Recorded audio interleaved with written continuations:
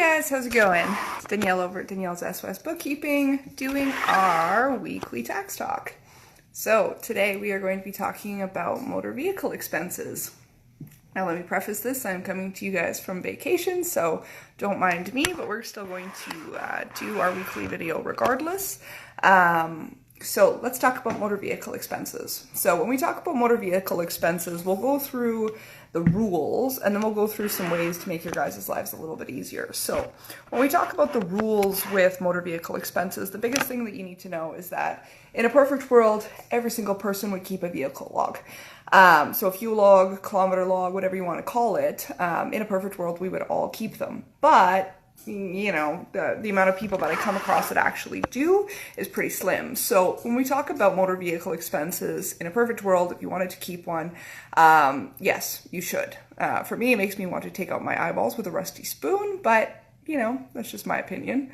Some people are required to do it for work. They are required to do it for conditions of employment, which is the third common place that you will find vehicle expenses on a tax return, whether it be a personal tax return, a corporate tax return, or a conditions of employment return. So when we talk about vehicle expenses, yes, if you want to get a good app that does vehicle log tracking, just anything with a 5-star rating in your Google Play or Apple Store will do. Essentially, the concept behind them, they make your life a little bit more simple, is that it goes right into your phone. And ideally, if you start, whenever you start business, you put in the opening, like you put the odometer reading in when you get in the car, you punch the odometer reading when you're done in the car, and you know, that's per piece of the trip, and that basically tracks, and it says that out of your total kilometers for the year, so you take your very first opening odometer meter reading, and your very last odometer reading, which if you're a sole proprietorship, will be from January to December, or any partial part of that period if you're starting your year partially through the year. The other side of it is you need to make sure that you do track that opening balance and that closing balance. And then essentially what it does is it tracks all the individual trips that you've taken throughout the course of the year, adds those kilometers, so that kilometer amount over the total kilometer amount, and that's your percentage for either keeping your vehicle expenses or keeping your kilometers and just taking the flat fuel rate. So jumping into that, there are two different ways to track your vehicle expenses. The first way is by kilometers. So that's flat kilometer rates. Now, if you're tracking your kilometers already, then it kind of just makes sense to use the kilometer rate. If you're not and you still want to use your receipts, but you want to be able to track the percentage based on your kilometer use, you can still do that as well. So then what you would do, if you're going to do kilometer calculations, and essentially what you're going to do is you're going to take your kilometers and you're going to get whatever the annual fuel rate is. For this year, it's 54 cents a kilometer, or sorry, for 2017, it was 54 cents a kilometer. So you would take the first 5,000 kilometers that were driven for business and you would times them by 0.54. So that's 54% or 54 cents a kilometer for the first 5,000 kilometers. After that, you get to claim a flat 48 cents per kilometer to whatever the value is. So if you drove 50,000 kilometers, your first 5,000 would be at 54 cents and the rest would be at 48 cents. So that's if you're tracking by the kilometer rate. I always say that my preference is to use receipts to write off expenses, and the reason why is because the flat kilometer rate is consistent, don't get me wrong, and if you're already tracking your kilometers, then it's a fantastic tool. For a lot of people, they definitely do struggle with doing the constant fuel log, so it becomes a problem. My beef with tracking by kilometers and using the flat fuel rate, the way that works is that if you choose to do the flat fuel calculation, so you choose to take your 5,000 kilometers at 54 cents and the rest at 48 cents, you forfeit any other expenses. So you don't get to write off your fuel receipts, you don't get to write off your insurance, your repairs and maintenance. You can still have depreciation on the vehicle, and you can still have leasing costs, leasing interest if you have a lease on your vehicle, but you forfeit all the rest of the expenses. So when we talk about more things to do with vehicles, so like I said, my beef with using kilometer rate for calculation is that it doesn't account for fluctuation in gas prices. In Alberta right now, in Edmonton, we're sitting pretty high. We're sitting at about 130 cents a liter, which, fluctuates between a year and a half ago was 84 cents. Now it's, quite a bit higher. And I think at the highest it was about 138 a liter. So, I mean, there's a big range in that. So depending on what type of vehicle you drive, your gas may be more or less expensive than other people's. And people like the idea that if they drive a more expensive vehicle, then they get a little higher calculation for the fuel by using their fuel receipts. The other part is the flat kilometer rate does not account for repairs and maintenance. So statistically speaking, every couple of years, we'll have some stronger, more expensive vehicle repairs and maintenance to run through our companies, whether that be a broken windshield, whether that be new set of winter tires, whether that be, all your oil changes, maybe some engine work. It depends, right? So if you're using that flat kilometer rate, you don't take advantage of those extra little, extra little costs that you essentially have to pay for anyway. So the second way to track your track your vehicle expenses is my preference, and that's by receipt. So again, we talked about tracking your kilometers in the first method. Now you can still track the kilometers, so the business kilometers over total kilometers, and use that to form the percentage of what you claim in vehicle expenses using your receipts. That's perfectly fine. You just can't claim the flat fuel rate amount using the kilometers and then claim all your expenses as well. So if we're talking about by expenses, then there's a couple things you're going to keep track of. If you do use that calculation for that kilometer, so you take business kilometers over total kilometers, it's just going to take your 100% values of what you have in receipts and all these other expenses and just give you a portion of them. So when we're talking about vehicle expenses, the big things that you want to be tracking, and it's the hardest one, okay? So it's fuel receipts. Every time that you step up to the pump, you need to say, yes, I'd like a receipt. If it is broken, you need to hustle your butt inside and ask the nice attendant for a receipt. It is incredibly important.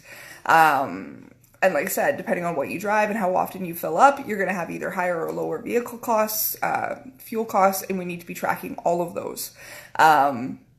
So that's going to be fuel receipts. That honestly, we fluctuate. I see between, $2,000 and $8,000 a year in fuel. It just depends on what you drive, how often you drive, where you drive for work, all of those fun things. Next one down we're going to talk about is insurance. So we can write off our vehicle insurance, which is great. If you happen to have, and I've talked about this on home expenses last week as well, is that if you happen to have bundled insurance, so you have maybe vehicle insurance, multiple vehicle insurances, your home insurance, all that kind of stuff bundled through one service provider, all you need to do is call them and they will give you a breakdown. Otherwise, if you look in your complete package that you get right at the beginning of the year, it does have a breakdown per vehicle and per residence when it comes to the cost of your insurances. So basically what you need to do is you're not just going to write off the blanket of, oh, I pay for all of this insurance in my house. That's not how it works. You actually have to do the digging and you need to find your vehicle and you need to pull that vehicle expense, that insurance expense. So if you have multiple vehicles in the house and you have multiple people with businesses in the house, that's fantastic. It just means that each individual person has to use their vehicle insurance and then the other one use their vehicle insurance. So yeah, vehicle insurance, fluctuates between $1,000 a year and $3,500 a year. Again, depending on what you drive and what how old you are and whether you're a new driver or an experienced driver. So that's a very important cost that we want to track as well. And I will point this out. The most beautiful thing about having a business, and I talked about this in multiple videos before, is that the way that we use vehicle expenses to capitalize and get a refund is that we're essentially taking costs that we're going to pay for anyway every day, and we're just capitalizing on them for business purposes. So that means that we are using vehicle expenses. We're going to put fuel in our tank anyway. We have to drive from point A to point B anyway. So we might as well turn it into a vehicle expense, which is great. And even if you only end up using your vehicle 20 or 30% for business, it's still 20 or 30% of that cost that you were spending anyway that's going to contribute to a bigger refund. So it is always, always, always worth your time to track those expenses. Next one we're going to talk about is license and registration. So we get to write off the cost of our license and registration. In Alberta, right now you can either pay for 1 year or 2 years at a time for registration. If you choose to pay for it 1 year at a time, you write the 1 year cost off each year, which is just fine. If you pay for multiple years at a time, you do not get to write off multiple years, 2 years in a row. So you choose whether or not, like the year that you buy it is the year you need to claim it. So if you're buying 2 years worth of registration in 2018, you need to claim the 2 years in 2018, and then 2019 you're not going to claim anything for license and registration. So that's a very important determining factor as well. And then if we're doing license, again, about every 5 years, unless you're clumsy like me and occasionally you lose your license and you have to pay for a new one. Depending on what you need to get, where you need to get it, you're looking at $50 to $100, which again is still $50 or $100 that comes out of your pocket that you've now capitalized on for business, which is very important. We'll talk about repairs and maintenance. So, hopefully I make you laugh when I say this, but it's been my adage since I got started. People always ask, well, what can I claim? What can I claim? What can I claim? What's deductible? Well, honestly, it comes down to my favorite catchphrase, and it's, you can claim your vehicle expenses, just don't go pimp your ride.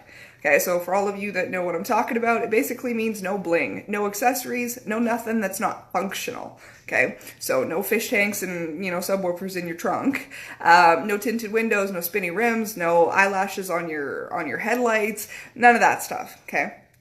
So when we're talking about functional repairs and maintenance on your vehicle, we're talking about things like oil changes. We're talking about things like windshields and tires and stuff like that. I've had people ask me about dent removal, like chips in the windshields and things like that, or dents from, whatever it is. As long as it's not caused by an accident, you can definitely write it off, or, obviously a portion of it, which is really important, but just nothing related to an accident. So if they were to investigate it, you have to be able to prove that. So don't say, oh, well, they're never going to look at my vehicle expenses, so I don't have to worry about it. That's crap. Always plan like CRA treats you like you're guilty until proven innocent, because that's essentially what they do. So there's no point in lying to them, because if they come back and ask you for it, it's going to get denied if you can't prove it anyway. So yes, rock chips, dents, and things like that in your vehicle, yes, those are all a write-off as long as they're not caused by an accident.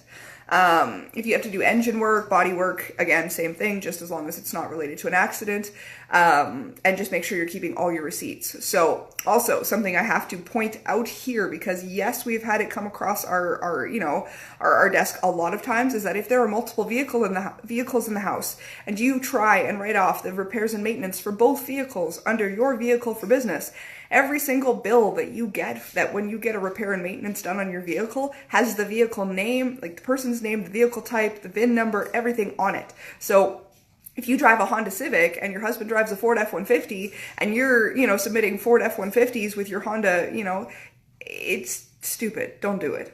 Okay. If you have multiple vehicles in the house, I suggest that you both set up shop and have your own sole proprietorship. And if you have questions about that, ask me. But there's lots of ways to capitalize on all those expenses, but lying to the government and trying to, stick 2 vehicles into your repairs and maintenance on your sole prop doesn't make any sense. Okay. So that's repairs and maintenance in a nutshell. There are expenses. Oh, and I'm at home on vacation, so you'll hear my nice timer going off in the background. So when we talk about leasing costs, if you lease your vehicle as opposed to financing it, you do get to write off an extra write-off for having a lease. You get about $10 a day, give or take. So if you drove your vehicle for 365 days, that's fine. Essentially, to get that calculation, you need to have some lease documents that show what your lease payments are every month, how much you've paid so far since you've had it, and the total amount of days in the given year that you drove your lease. So those are very important details, and they will be found in any of your leasing documents. So you need to make sure you keep track of those. The next one we want to talk about is depreciation. So we get to write off depreciation on our vehicle. And depreciation on our vehicle basically means we get to get a general wear and tear credit for our vehicles. So we get about 30% depreciation every year on vehicles. And people go, but Danielle, I bought my vehicle 10 years before I started business. I can't write off my vehicle. And I go, Yes, you can. Basically, our software is smart enough to depreciate your vehicle down to today's value. No, I can't quote you what that calculation is, but I can tell you that it works out roughly that if you bought a $10,000 vehicle 10 years ago, it's probably worth about $3,000, $4,000, $5,000 right now. The program's going to pick that up and it's going to give you your 30% on that. And basically how it works is you have $10,000 vehicle here, you take 30% off the total. This is your new starting balance next year. You get 30% new starting value, 30% new starting value. So you don't get 30% of the 100% total every year. You get 30% of the remainder of the value until there's no more depreciable value left in your vehicle. Now, when we talk about depreciation on the vehicle and when it comes to accounting purposes, I want you to understand that it's only for accounting purposes. So we are not actually depreciating your vehicle in real life. We are not doing anything extra to your vehicle. So if you have a $25,000 vehicle and we've been depreciating it, and on paper on your taxes it says it's only worth $15,000, but you can sell it for $22,500, sell it for $22,500. And no, you don't have to disclose to people that you depreciated your vehicle on your taxes because you didn't actually do anything. Okay, all we did was give you an extra write-off based on something that you're spending or an asset that you have. Okay, so it's not an actual real world change in the vehicle, so you don't have to report that to people. And yes, I do get asked quite a bit, and it's not a stupid question. It's a very valid question, but yeah, it definitely does not affect the real world value of the asset when you go to sell it. So keep that in mind as well. When it comes to your vehicles, I guess the other question that I get asked is, what happens if I use my vehicle 100% for business? If you use your vehicle 100% for business, say you have multiple vehicles in the house and you choose to use one for business, that's fine. The hard part with CRA is that if the vehicle is not owned by the company or the trade name of whatever business that you're running, they get really picky about claiming 100% of the vehicle.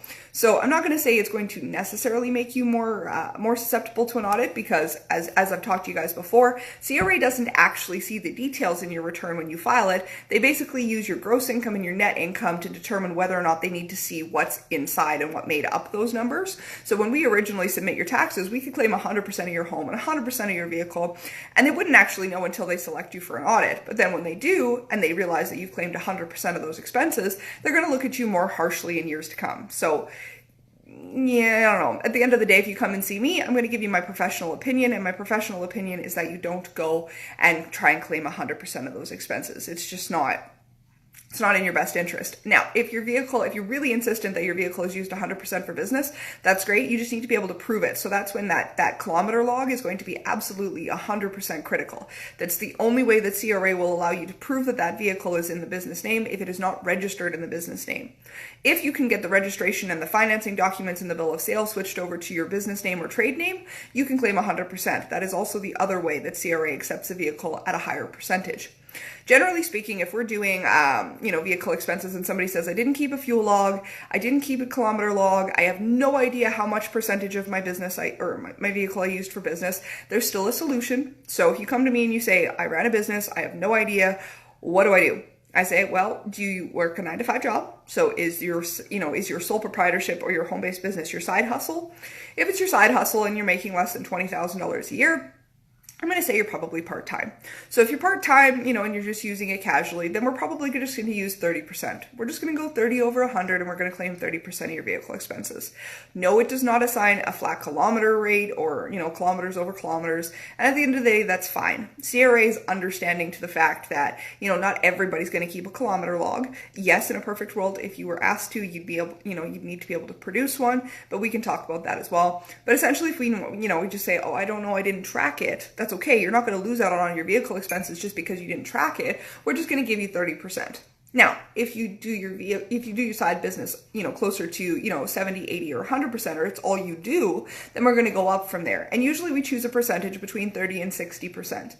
I don't like going over 60% without being able to prove that by kilometer log. So that's my limit. Every tax professional is going to be different. If you go talk to somebody else, they may say, oh, well, don't worry about it because vehicle expenses never get audited. That's crap. They absolutely do, just like everything else. Are they at a lower percentage? Sure. But I don't bank on the coulda, woulda, shoulda, never is going to happen to me theory, because then you're just inviting them to, do a vehicle audit on you. And, CRA does generally treat you like you're guilty until proven innocent. So it's something that you guys need to keep in mind. But it doesn't mean you can't go and claim what you're due either. Just keep that in mind. So yeah, like I said, if your business is more full time and you're doing it, self-employed 100%, awesome. Then we're going to look at about 60%.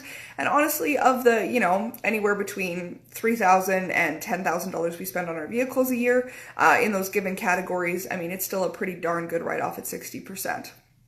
So, you can be greedy, or you can just kind of take the, the number that's not going to get you into too much trouble. And if you do want to claim more than that, like I said, you need to keep that kilometer rate. You need to keep that kilometer log. On the note of kilometer logs, digital and paper copies are just fine. So if you actually physically want to track your kilometers in a notepad, in your day timer, that's perfectly fine. If you want to track it using an app, also perfectly fine. CRA will take both versions of that. And it's not a big deal if you want to keep one or the other.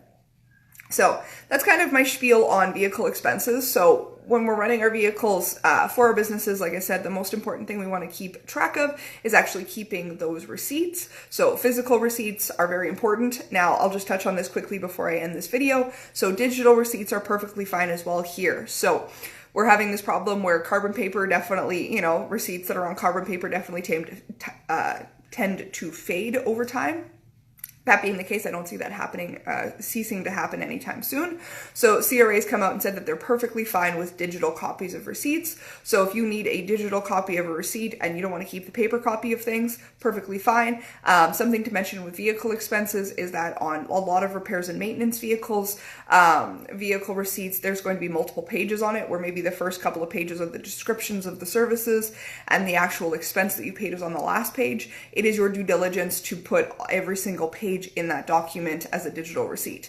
So if you are looking at multiple page receipts, multiple page documents, you need to document every single page of that. It's just, better to be on the safe side than not, and it's going to make your life a lot easier. Other than that, that's kind of vehicle expenses in a nutshell.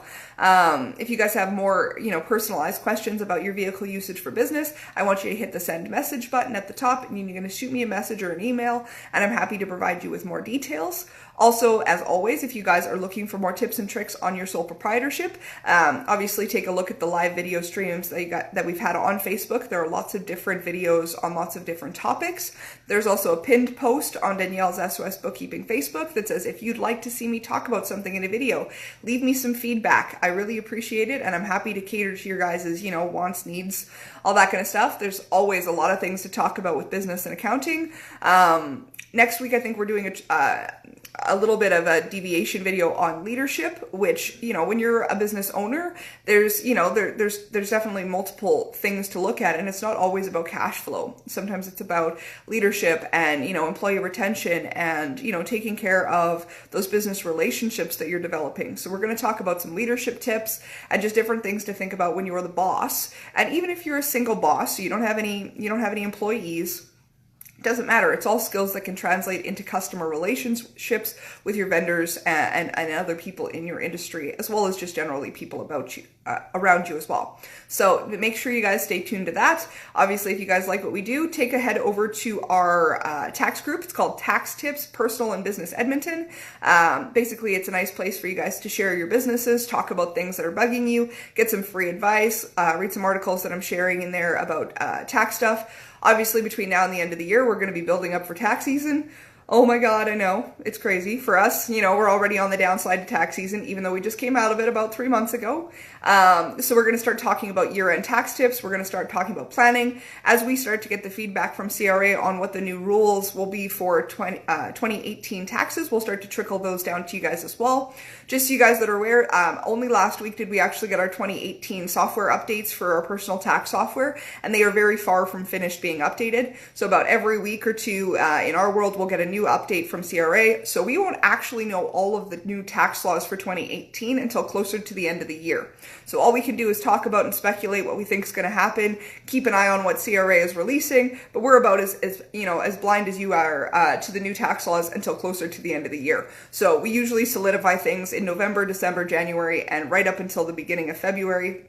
things like when the e-file desk will open and things like that. Last year, we didn't actually get the last update till about the 5th of February, finding out that it wasn't opening until the 24th of February, whereas normally it's supposed to open on the 15th of February. So, like I said, we will start to trickle down year-end prep and getting ready for tax season tips as we get closer to the end of the year.